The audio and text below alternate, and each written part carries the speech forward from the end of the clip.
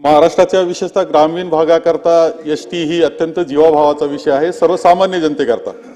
अध्यक्ष महोदय, या सभागृहामध्ये सुद्धा असं निदर्शनाला येते की सर्व सदस्य आम्ही हे एसटी महामंडळाचे प्रश्न सुटले पाहिजे, त्यांच्या कर्मचाऱ्यांचे प्रश्न सुटले पाहिजे, त्यांना चांगलं जीवन मिळालं पाहिजे या मताचे आहोत आणि त्या दृष्टीने सर्व प्रश्न विचारले जात आहेत।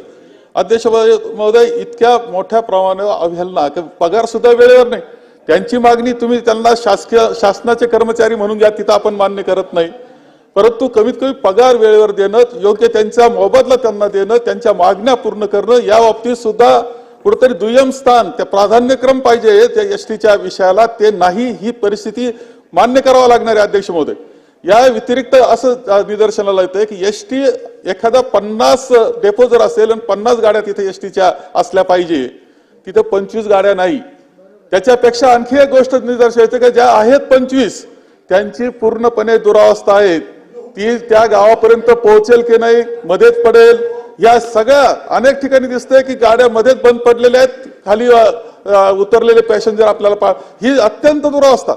आपण ज्यावेळेस शासन चालवतो, आपण एक समर्थ राज्य आहे, सर्वसामान्य जनतेकरता एसटी काम करते। महावितरण आणि एसटी ह्या दोन गोष्टी अशा आहे की सर्वसामान्य माणसाशी निगडीत येत्या, असं असताना एसटीकडे इतकं दुर्लक्ष का?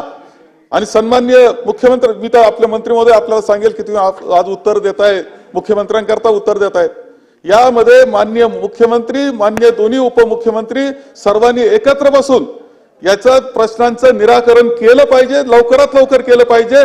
एका बाजूला बसेस चांगल्या दिल्या पाहिजे, दुसऱ्या बाजूला त्यांना समाधानकारक अशा प्रकारच्या भत्ता त्यांना मिळाला पाहिजे, त्यांचा रोजगार त्यांना मिळाला पाहिजे, त्यांचं कुटुंब चांगलं चाललं पाहिजे, या दृष्टीने निर्णय घेणं आवश्यक आहे। आपण दुर्लक्षित क्षेत्र जे असतं आपलं, त्या दुर्लक्षित बाबतीत एसटी आहे असं जे चित्र आहे ते तुम्ही बदलणार आहात का?